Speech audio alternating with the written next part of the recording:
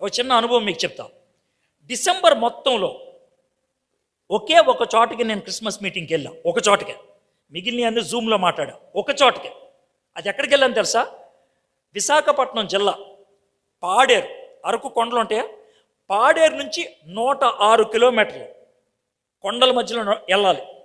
కొంత దూరం బస్సు వెళ్తుంది, ఆ తర్వాత జీప్ వెళ్తుంది, ఆ తర్వాత నడుచుకుంటూ వెళ్ళాలి. ఒరిస్సా బార్డర్, అక్కడ 4 భాషలు మాట్లాడతారు.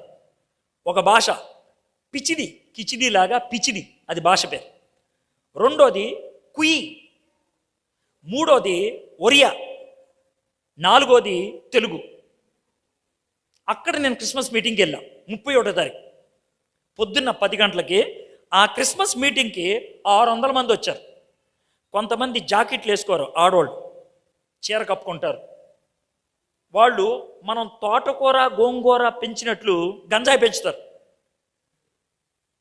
అది పరిస్థితి. ఒక 600 మంది వచ్చారు.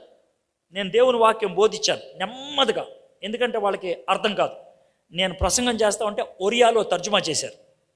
అయిపోయిన తర్వాత వాళ్ళని చూశాను. భోజనం చేయడానికి ముందు ఓ 10 నిమిషాలు కావాలని ప్రార్థన చేసుకుంటూ ఉన్నాను. ప్రభువా, వీళ్ళు ఎంతో ఆసక్తిగా వాక్యం వింటున్నారు, వీళ్ళకి సరిగ్గా వాక్యం అందిందంటవా? నిజంగా బైబిల్లో ఉన్నటువంటి సారం వీళ్ళ దగ్గరికి వచ్చిందంటవా అని అంటా ఉన్నప్పుడు నా మనసులో నేను అనుకుంటున్నప్పుడు నాకేమనిపించిందంటే, లేదు, ఎవరు వెళ్తారు వీళ్ళ దగ్గరికి, ఎవరు చెప్తారు వీళ్ళకి? ప్రభా, నేను చెప్తాను ప్రభా అని భోజనం చేయడానికి కూర్చున్నప్పుడు అక్కడ 2 పాస్టర్లు ఉంటాయి. పాస్టర్లు, మీకు ఒక చిన్న మాట చెప్దాం అనుకుంటున్నాను. ఏంటను, మీ దగ్గర నుంచి ఒక 25 కుర్రోళ్ళని నాకు ఇస్తే 15 రోజులు మా ఊరు తీసుకెళ్ళిపోతా, ఖర్చంతా నేను భరిస్తా, అక్కడ పెట్టుకుంటా, వాళ్ళకి దేవుని వాక్యం నేర్పించి నేను పంపిస్తా అన్న. ఆ మాట చెప్పినప్పుడు గొప్ప ఆనందం వేసింది. అయితే 5 నిమిషాల్లో నీరు గారిపోయింది నాకు. సార్, ఎవడు రాడు సార్ ఇక్కడి నుంచి అన్నాడు. ప్రభా, నేను ఇంకేం చేయాలి మరి, నేర్పిస్తాను రెడీ అని. ఎవడు రాడంట అని అంటే, ఒక గంట తర్వాత ప్రయత్నం చేస్తాం సార్ అని అంటే, ఒక మాట 25 మంది రారా, 15 మంది వచ్చినా పర్లా, 15 మంది రారా, 12 మంది వచ్చినా చాలు, పంపించండి, నేను నా దగ్గర పెట్టుకుంటాను. కేవలం వాళ్ళకి వాక్యం చెప్తూనే ఉంటాను పొద్దున్న సాయంకాలం దాకా, వేరే పని పెట్టుకోరు, పంపించండి అని అన్నా. ఈ మాట డిసెంబర్ 31న అన్నా. జనవరి 5వ తారీఖున మళ్ళీ చాలా నీరసం కలిగేది. కుర్రాళ్ళని అడిగామండి, రావంటున్నారు సార్ అన్నారు. ప్రార్థన చేస్తామన్నా. జనవరి 15వ తారీఖున, సార్ ఒక 15 మంది వస్తానన్నారు. అమ్మయ్య ప్రభా, వీళ్ళు మాట మార్చకుండా చూడు ప్రభా. జనవరి 26వ తారీఖున, అయ్యగారు 35 మంది వస్తానంటున్నారు, పర్లేదంటవా? పర్లేదు సార్. ఫిబ్రవరి 1వ తారీఖు 35 మంది వచ్చేసారు కదా, బస్సు పెట్టాను అక్కడి నుంచి. అక్కడి నుంచి డైరెక్ట్గా మా ఊరు భీమవరం బస్సు, 33,000 బస్సు పెడితే, సార్ బస్సు పెట్టారుగా, 49 మంది ఎక్కేశారు అన్నాడు. అయితే 15 మంది వస్తారన్నప్పుడు నా బడ్జెట్ 2 లక్షలు, 35 మంది వస్తారన్నప్పుడు నా బడ్జెట్ 3 లక్షలు, 49 మంది ఎక్కారంటే ఫిబ్రవరి 1వ తారీఖున, ప్రభా 4 లక్షలు కావాలి. ప్రార్థన చేసింది నువ్వు, చేస్తానంద నువ్వు, మరి డబ్బుల గురించి ఎందుకు ఆలోచిస్తా? సింహాసనం మీద ఎవడు కూర్చున్నాడు? ప్రభా నువ్వే, మరి ఎందుకు ఆలోచిస్తా? నువ్వు నడిపి 49 మంది కాదు, చివరికి 53 మంది వచ్చారు. 53 మంది 15 రోజులు వాళ్ళు ఉన్నారు. వాళ్ళలో ఎవరికి బ్రష్ ఉండదు. రాగానే వాడికి ఒక బ్రష్, రాగానే ఒక సబ్బు, రాగానే 3 షాంపూలు, రాగానే ఒక దుప్పటి, రాగానే ఒక బెడ్డు. మీరు వాడుకోండిరా. 15 రోజులు వాక్యం విని చివరి రోజున వాళ్ళు పాడుతూ ఆరాధిస్తూ ఒక్కొక్కడు 53 మంది సాక్ష్యం చెప్తా ఉంటే ఎలా ఉంటుందో ఆలోచించండి. ఒక 14 ఏళ్ళ కుర్రోడు సాక్ష్యం మీకు చెప్తాను వినండి. నేను 6వ క్లాస్ దాకా చదువుకున్నాను. ఇప్పటికీ ఎంతమంది అమ్మాయిలతో పడుకున్నానో నాకు తెలియదు. వాడికి 14 ఏళ్ళు. 2 కొడుకులు పుట్టారు. అతనికి అక్రమ సంబంధాల ద్వారా దేవుడు నాతో మాట్లాడాడు.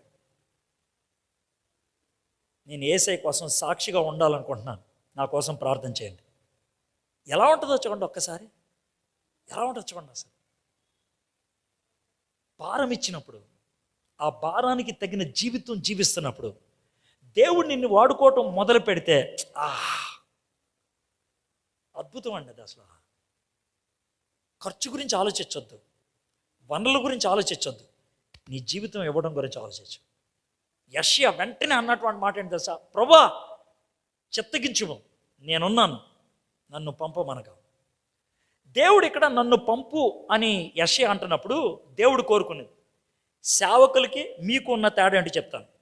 ప్రతి క్రైస్తవుడికి ఉండాల్సిందే, జాగ్రత్త వినండి, ప్రతి క్రైస్తవుడికి ఉండాల్సింది పరిపూర్ణ సమర్పణ, ఫుల్ సరెండర్. ప్రతి ఒక్కరికి ఉండాలి, ఎవరైనా వీళ్ళకి వాళ్ళకి అందరికి పరిపూర్ణ సమర్పణ. నువ్వేం చెప్తే నేను అది చేస్తాను. ఆ పరిపూర్ణ సమర్పణలో కొనసాగుతూ ఉన్నప్పుడు, జాగ్రత్త వినండి, కొనసాగుతూ ఉన్నప్పుడు కొంతమందితో చెప్తాడు, నువ్వు ఉద్యోగం చేయకుండా వచ్చాను. దాన్ని పరిపూర్ణ సేవ అంటారు. వీళ్ళు పరిపూర్ణ సేవకులు, మీరు పరిపూర్ణ సమర్పణ కలిగిన వాళ్ళు. పరిపూర్ణ సమర్పణ లేకుండా కొంతమంది సేవకులు అయిపోతారు, వాళ్ళే దరిద్రులు అవుతారు, పనికి మాలిన వాళ్ళు అవుతారు, వ్యాపారస్తులు అవుతారు, జోదగాళ్ళు అవుతారు, మాయగాళ్ళు అవుతారు. వాళ్ళకి పరిపూర్ణ సేవ చేస్తున్నారు, దేవుడు పిలవాలనే, వాడికి పరిపూర్ణ సమర్పణ లేదు. పరిపూర్ణ సమర్పణ తర్వాత పరిపూర్ణ సేవ. పరిపూర్ణ సమర్పణ ప్రతి క్రైస్తవుడికి ఉండాలి. మీకు ఉందా అది? పరిపూర్ణ సమర్పణ ఉంటే దేవుడి కోసం ఎలాగైనా జీవించాలి అనుకుంటాను. అయితే 9వ వచనం, దీంతో ముగిస్తాం. ఆయన అంటే దేవుడు, నీవు పోయి ఈ జనులతో ఇట్లనుము. ఈయన అనే మాట్లాడి చూడండి, మీరు నిత్యము వినుచుందరు కానీ గ్రహింపకుందురు, నిత్యము చూచుచుందరు కానీ తెలుసుకొన కొందరు. ఇలాంటి మాట చెప్తే ఎవడని వెళ్తాడా? రే అయ్యగారి దగ్గరికి వెళ్ళి నువ్వు ఎదవే అని అన్నాడు అనుకో, వద్దులే సార్ నేను కారణం వెళ్ళు, వేస్ట్ గాడి నువ్వు అని అంటే, వద్దులే సార్ నువ్వు అని అంటారు లేదా? ఇక్కడ యెషయాకి ఇచ్చిన మాట ఏంటి తెలుసా? నువ్వు వెళ్ళు, మీతో చెప్తే ఎండర్రా మీరు, బాగుపడర్రా మీరు, అదే ఆయన చెప్పాల్సింది. అయితే ఎంత సమర్పణ ఉందంటే దేవుడు వెళ్ళమన్నాడు, వెళ్తానంతే. పరిపూర్ణ సమర్పణ అంటే అది. అలాగా పరిపూర్ణ సమర్పణ ఉన్నటువంటి వాళ్ళు దేవుడికుంటే దేవుడు ఏదైనా చేయగలడు. యెషయా ఒక్కడే 60 సంవత్సరాలు ఒక దేశానికి ప్రవచించాడు. 60 సంవత్సరాలు యెషయా ఒక్కడే రక్షకుడు గురించి అనేక ప్రవచనాలు ఇచ్చాడు. ఎందుకో తెలుసా? పరిపూర్ణ సమర్పణ ఉన్నది కాబట్టి. నీకుందా అలాంటి పరిపూర్ణ సమర్పణ? పరిపూర్ణ సమర్పణ ఉంటే ఏమవుతుంది అంటానికి ఈ చిన్న సాక్ష్యం చెప్పి నేను ముగిస్తాను. 177 ఆ సంవత్సరంలో జరిగిన విషయం. 177. ఇప్పుడు దాన్ని ఫ్రాన్స్ దేశం అంటారు. అప్పట్లో ఆ దేశానికి వేరే పేరు ఉండేది, లాయన్స్ ఆ దేశం పేరు. ఆ దేశాన్ని మార్కస్ అనే ఒక కర్కోటకుడు పరిపాలిస్తూ ఉండేవాడు. అతనికి క్రైస్తవులు అంటే వ్యతిరేకం. రోజుకి ఒక 10 మందిని, రోజుకు ఒక 15 మందిని క్రైస్తవుల్ని చంపి ఆనందిస్తూ ఉండేవాడు. అయితే ఒక రోజున 17 మందిని పట్టుకున్నాడు క్రైస్తవుల్ని. అందుట్లో ఒక అమ్మాయి పేరు బ్లాండీనా. అమ్మాయి పేరు 15 ఏళ్ళు అమ్మాయికి, చిన్న అమ్మాయి 15 ఏళ్ళు, సన్నగా ఉంటుంది. ఎందుకు పట్టుకున్నాడు అంటే అమ్మాయి విశ్వాసి కాబట్టి. చాలామంది బ్లాండీనాని తీసుకెళ్తుంటే అనుకున్నారు, ఈ అమ్మాయి అక్కడ దాకా వెళ్తుందా, దారిలోనే చచ్చిపోద్దా అని అనుకున్నారు. తీసుకెళ్లారు. 17 రోజులు ఆ అమ్మాయిని చిత్రహింసలకు గురి చేశారు. చచ్చిపోలేదు అమ్మాయి. ఆ అమ్మాయి చేత 2 మాటలు అనిపించాలనుకుంటున్నారు. ఒకటి, యేసయ్య దేవుడు కాదు.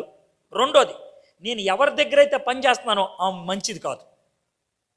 ఆమె పనిచేసేది ఒక ధనికురాలైన విశ్వాసి. ఈమె ఇచ్చిన సాక్ష్యాన్ని బట్టి ఆమెను కూడా జైల్లోకి లాగుదాం అనుకున్నారు. 2 ఒప్పుకోలేదు.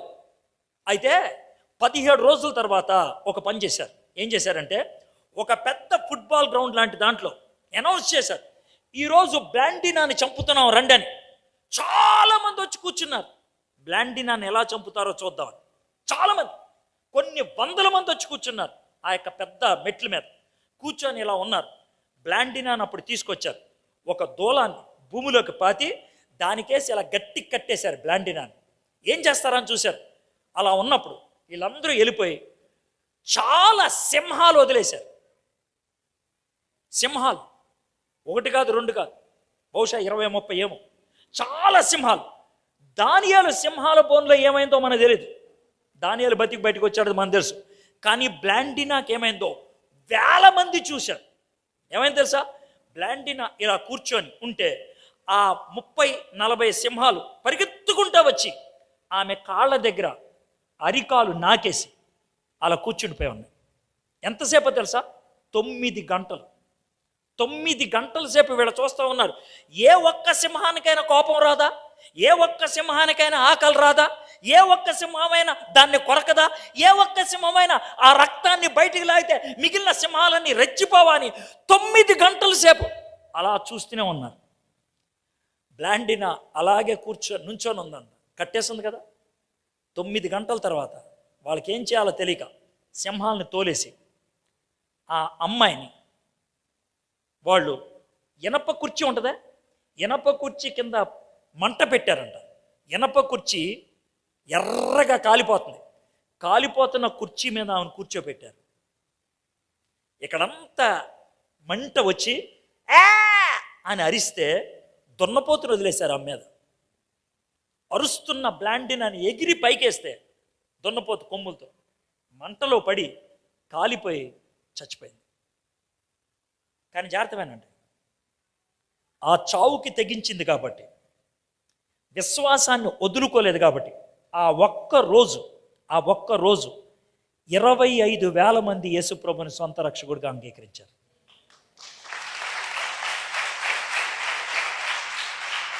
25,000 మంది. 25,000 మంది. ఒక 15 ఏళ్ల అమ్మాయి విశ్వాసాన్ని కాపాడుకుంది కాబట్టి, నా దేవుడి సింహాసనం మీద ఉన్నాడు, నేను ఒకవేళ హతసాక్షిగా చచ్చిపోవటం ఆయన చిత్తమైతే సమర్పించుకుంటాను. దేనికైనా సిద్ధమే. మన జీవితంలో అలాంటి సమర్పణ కావాలంటే పాప క్షమాపణ పొందాలి. క్షమాపణ పొందాలంటే పశ్చాత్తాపం ఉండాలి. పశ్చాత్తాపం ఉండాలంటే దేవుని పవిత్రతను, మహిమను మనం చూడాలి. దేవుని మహిమను, పవిత్రతను మనం చూడాలంటే ఆశతో ఆయన వైపు ఎదురు చూడాలి. అది జరిగితేనే ఇవన్నీ జరుగుతాయి. నీ జీవితంలో అది జరగలేదంటే చస్తే వెళ్ళలేదు నువ్వు నరకానికే. నువ్వు వెళ్ళేది నరకానికి. నీకు మారు మనసు ఉంటే దేవుడు నీలో పశ్చాత్తాపం